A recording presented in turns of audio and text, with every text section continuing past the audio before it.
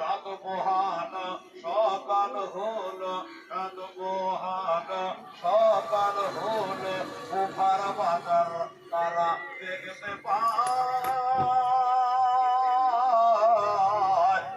তুই ভয়েতে কথা বলে, আয় আল্লাহ আজ কোথায় যায়, আয় আল্লাহ আর কোথায় যায়। তাই ধীরে ধীরে তারা ধীরে ধীরে নদীর তীরে গাছের তলাতে লুকায় রে, কারবালার মাটি কাঁদে।